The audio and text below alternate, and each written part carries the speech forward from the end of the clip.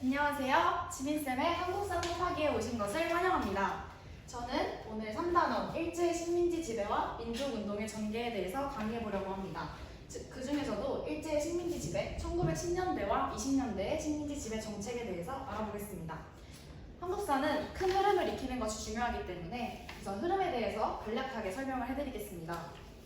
일제시대를 총 이렇게 그려볼 수 있는데 1910년대에는 무단통치 시대입니다. 일제가 우리나라의 국권을 강탈하고 무력으로 지배하던 시대를 말하고요. 1920년대는 문화통치 시대. 문화통치는 이름만 이렇게 예뻐 보이지 사실상 우리나라의 관습과 문화를 존중한다는 그냥 이른바 문화통치 시대입니다. 그리고 1930년대와 40년대는 민족말살통치, 병참기지화 정책 등으로 불립니다. 이 중에서 중요한 사건으로 보면 1914년에서 18년에 제1차 세계대전이 발발을 했고 1919년 3월 1일에는 우리나라 민족 중에 가장 큰 운동을 했던 3.1운동이 벌어졌습니다. 이 3.1운동을 계기로 무단통치가 문화통치로 바뀌게 됩니다.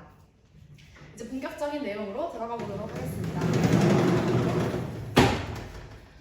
당시의 국제 정세를 알아보겠습니다. 처음에 이제 1914년에서 18년도에 제1차 세계대전이 일어났습니다. 이 연도를 써놓은 이유는 한국사의 흐름을 익히는 게 약간 중요하다고 했잖아요. 이 연도를 외우기보다는 이 시대에 어떤 일들이 벌어졌는지 그런 흐름을 이해하는 게 중요하기 때문에 적어두었습니다. 우선 제1차 세계대전은 독일과 오스트리아를 중심으로 한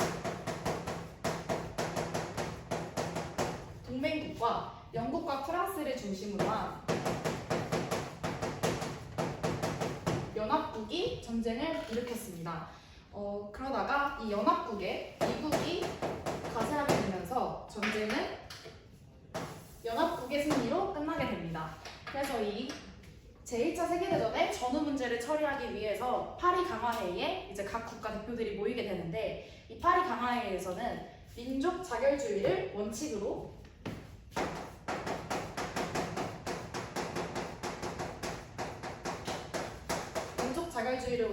문제를 해결하려고 하였습니다. 민족 자결주의는 각 민족은 정치적 운명을 스스로 결정할 권리가 있다는 뜻입니다. 이거는 미국의 윌슨 대통령에 의해서 주장되었습니다. 이 민족 자결주의의 영향은 식민지의 약소민족들이 독립운동을 전개하게 되는 계기가 되었습니다.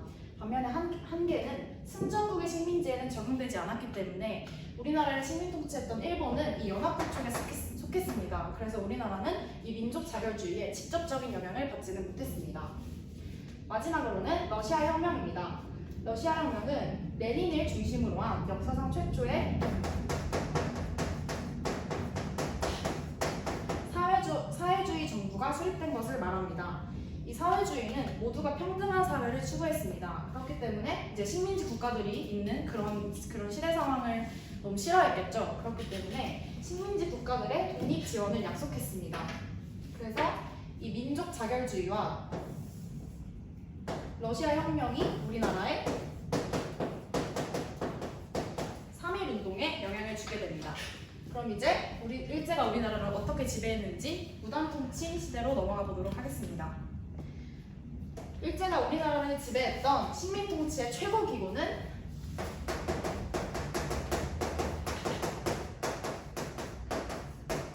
조선총독부입니다. 이 조선총독부의 짱은 조선총독이라고 불렀는데 조선총독은 행정권, 사법권, 입법권에다가 군통수권까지 이런 절대 권력을 쥐고 있었습니다. 그리고 조선총독은 일본의 육해군 대장이 출신이었습니다.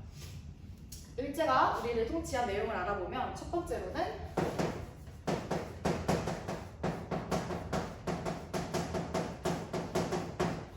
헌병경찰제입니다. 이건 헌병이 경찰의 업무까지 담당해서 우리나라 한국인들의 일상생활을 통제하는 것을 말합니다.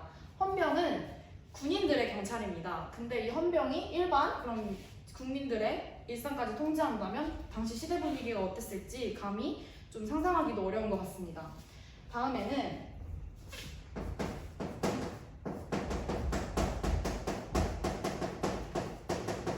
범죄집결례입니다.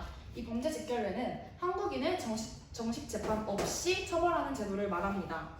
그리고 마지막은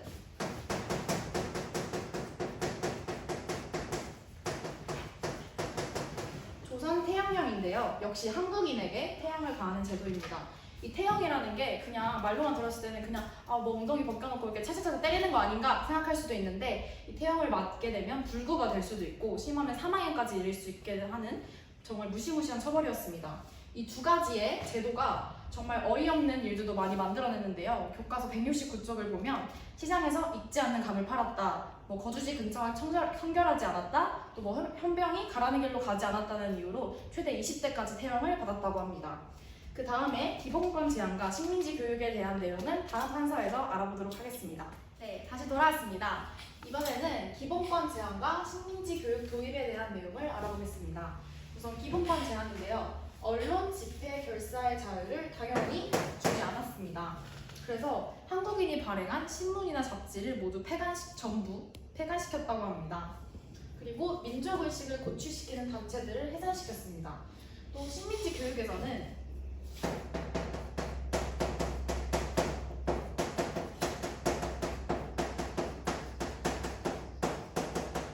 제1차 조선교육령이 발표가 되는데요. 이 내용은 제가 여기다가 준비를 해두었습니다.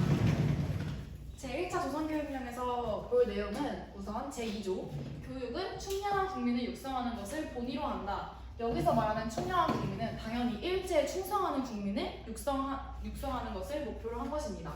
제5조 보통교육은 국민된 성격을 함양하며 국어를 보급함을 목적으로 한다.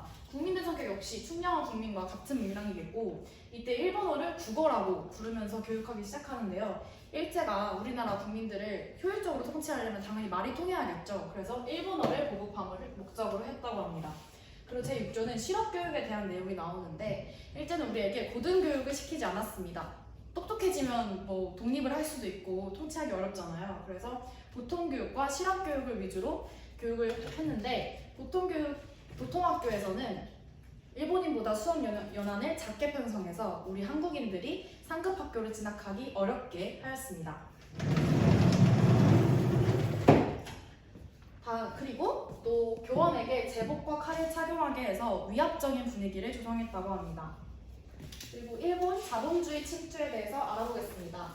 우선 사회 간접 자본을 확충을 했습니다. 이 사회 간접 자본은 철도, 도로, 항만 등을 말하는데, 이건 당연히 우리나라를 이롭게 하려는 게 아니라 자원을 수탈하고 일본 상품을 판매하기 위해서였습니다. 그리고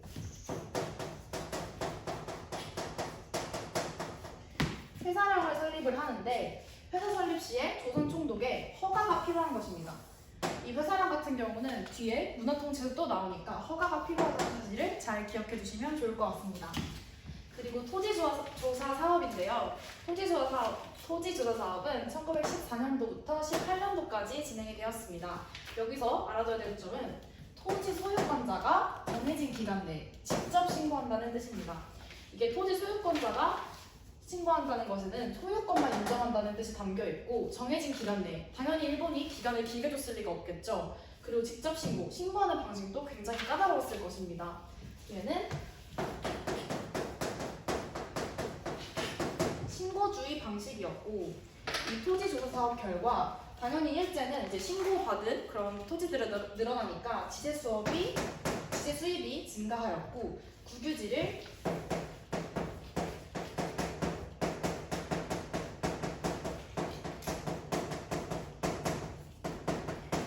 동양촉식 주식회사에 넘겼습니다. 이 동양촉식 주식회사에 넘어간 토지들은 일본인이 토지 매입을 통해 대지주로 성장을 하는데 그렇게 일조했습니다. 그리고 세 번째는 지주제 강화인데, 이 지주제가 소유권을 말합니다. 소유권은 강화된 반면 우리나라에서 그동안 관습적으로 인정되어 오던 경작권은 인정되지 못했습니다. 그렇기 때문에 남의 땅을 빌려서 지금까지 농사를 해오던 토장농이 몰락을 하게 됩니다. 다음은 주제 40으로 넘어갑니다. 일제 민족 분열 통치인데, 이제부터는 1920년대의 내용입니다. 근데 이 1920년대의 문화 통치가 왜 민족 분열 통치로 불리는지도 잘 살펴보면서 강의를 들으면 좋을 것 같습니다.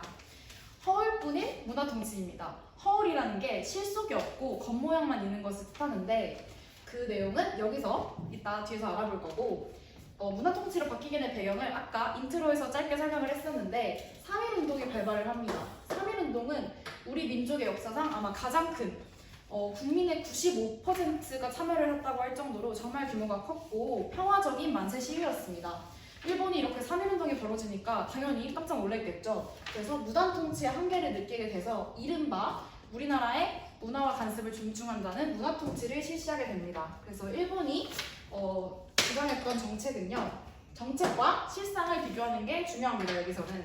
일본이 주장했던 정책은 문관총독을 임명하겠다는 겁니다. 그동안 그 앞에 내용에서 조선총독은 일본의 육해군 대장이 했다고 했잖아요. 근데 이제 문관도 할 수 있게 한 겁니다. 그러나 실상은 식민통치가 끝날 때까지 단 한 번도 임명한 적이 없었습니다. 그리고 언론, 출판, 집회, 결사의 자유를 제한적으로 허용하기로 했습니다.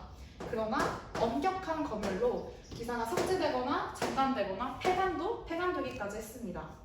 그리고 헌법경찰제를 보통경찰제로 바꾸는데 경찰과 경찰서의 수는 4배 가까이 증가를 했고 경찰 예산도 3배 가까이 증가를 했습니다. 마지막으로 치안유지법을 1925년에 제정을 했는데 이 치안유지법은 독립운동을 감시하고 탄압을 더욱 강화를 하는데 필요했던 그런 법이겠죠. 이 치안유지법은 비타협 민족주의자들과 사회주의자들이 대상이 되었습니다. 그래서 우리가 흔히 아는 독립운동가들이 이 치안유지법에 의해서 일제 감옥에 갇혀서 순국하거나 그런 일도 발생했다고 합니다. 다음에 7.18 육성에 대한 내용은 또 세 번째 판서에서 정리해 보도록 하겠습니다. 네, 이번에는 7.18 육성에 대해서 알아보도록 하겠습니다. 이 7.18 육성은 민족 분열 통치라고도 불립니다. 이 단원 앞에 제목이 일제 민족 분열 통치였는데 그 이유가 바로 이 7.18 육성 때문에 그렇습니다. 일제가 7.18을 양성하기 위해서 내세웠던 정책으로 첫 번째로 참정권과 자치권을 주고 중추원을 확대하고 지방제도를 개편하는 것이었습니다. 이 중추원은 총독의 자문기구입니다. 그래서 이제 너희들의 그런 자문을 받겠다, 이제 너희들의 의견을 수용하겠다 이런 거를 뜻했겠죠. 하지만 실상은 의견권이 없었고 형식적인 자문기구에 불과했습니다. 그리고 선거권과 피선거권은 지주와 자산가, 즉 일제에 충성하는 인물들에게만 주었습니다. 근데 이러한 일제 친일파 양성 정책이 우리나라에 효과가 있었습니다. 그래서 타협을 주장하는 사람들이 생기기 시작하는데 그 타협을 주장하는 사람들이 벌였던 운동 2가지가 있습니다. 첫 번째로는 참정권 운동과 두 번째로 자치운동입니다. 참정권 운동은 한국인의 일본 의회 진출을 주장하는 거고 자치운동은 조선 의회 설립을 주장하는 겁니다. 이게 좀 헷갈릴 수가 있는데 참정권은 원래 있던 일본 의회에 우리나라 사람들이 들어가서 진출해서 활동을 하자는 거고 자치운동은 조선의 의회를 따로 설립을 하자는 뜻입니다. 그래서 이런 운동을 했던 사람들을 타협적 민족주의자라고 부르기도 하는데요. 이 사람들이 타협적 민족주의자 중에서 타협적 민족주의자와 비타협적 민족주의자로 나뉘게 되면서 이제 민족 분열이 먹히게 된 거죠.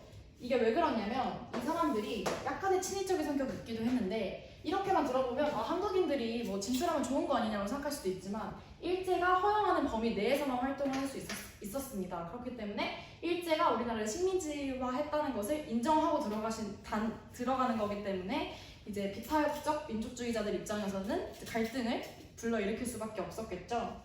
다음은 회사령 폐지입니다. 제가 아까 회사령이 허가제로 제정되었다는 게 중요하다고 말씀을 드렸는데 그 이유가 1920년대 문화통치로 오면서 허가제가 신고제로 바뀌게 됩니다. 이 신고제로 왜 바뀌었냐 하면 그 배경을 살펴보면 일본이 돈을 벌게 되면서 자본이 넘쳐나고 이제 그러면 그 돈을 투자할 때가 필요하겠죠. 근데 우리나라에 회사령이 있어서 허가제, 회사를 설립할 때마다 조선 총독에게 허가를 받아야 한다면 일본인들 입장에서도 회사를 만들기 힘드니까 불편했겠죠. 그래서 신고제로 바꾼 겁니다. 이 영향은 일본 자본의 한국 진출이 본격화되었고 이때 한국인들도 회사를 설립하기 시작을 했습니다. 그래서 한국인의 회사 설립이 늘어나는데 하지만 일본 자본에 비해서 당연히 현저히 낮을 수밖에 없었겠죠. 거기다가 1923년에 일본 상품에 대한 관세가 폐지됩니다. 이 관세는 자국의 상품들을 보호하기 위해서 외국에서 들어오는 그런 상품에 세금을 매기는 건데 이게 없어졌다는 거는 우리나라가 더 이상 우리나라에서 만들어지는 그런 상품을 보호할 수 없다는 뜻이 됩니다. 그러면 이제 우리나라의 뭐 기업들이나 뭐 농민들이 많은 타격을 입었겠죠. 마지막 내용입니다. 산미증식 계획인데요. 이 산미증식 계획은 배경이 조금 복잡합니다. 제1차 세계대전 이후에 일본에서는 급속한 공업화가 이루어지게 됩니다. 그러면서 도시 인구가 늘어나고 농촌 인구가 감소합니다. 그러면서 세계대전 때문에 쌀 수입이 줄어듭니다. 근데 공업화가 되니까 이제 인구는 계속 늘어날 거 아니에요. 그래서 쌀 수요는 높아집니다. 근데 안 그래도 지금 수입도 줄고 농촌 인구도 줄어서 쌀을 더 이렇게 수요를 감당하기 힘든데 일본이 시베리아 출병을 하게 되면서 군량미에 대한 수요가 높아집니다. 근데 거기다 더 덮친 격으로 일본의 상인들이 쌀을 사재기하게 됩니다. 그러면서 쌀값은 정말 걷잡을 수 없을 정도로 폭등을 하게 됩니다. 폭등. 그래서 일반 민중들이 감당할 수 없을 정도로 폭등을 하게 되면서 일본 전역에서 쌀값 인하를 요구하는 시위를 벌이게 됩니다. 그래서 이제 자국의 식량 문제를 해결하기 위해서 우리나라에서 산미증식 계획을 실시하게 된 겁니다. 내용은 뭐 관계시설 축조, 수리조합 조직, 뭐 종자 개량, 개간 간척 사업 이런 게 있습니다. 여기서 수리조합은 지금의 한국농어촌공사 이런 거라고 합니다. 그 영향은 쌀 생산량이 실제로 늘어나기는 했습니다. 늘어나기는 했지만 그 증상량 이상으로 수출이 더 늘어납니다. 근데 사실 수출이 아니고 거의 수탈이나 마찬가지죠. 왜냐하면 지주들은 성장을 했습니다. 하지만 농민들은 더 어려워졌습니다.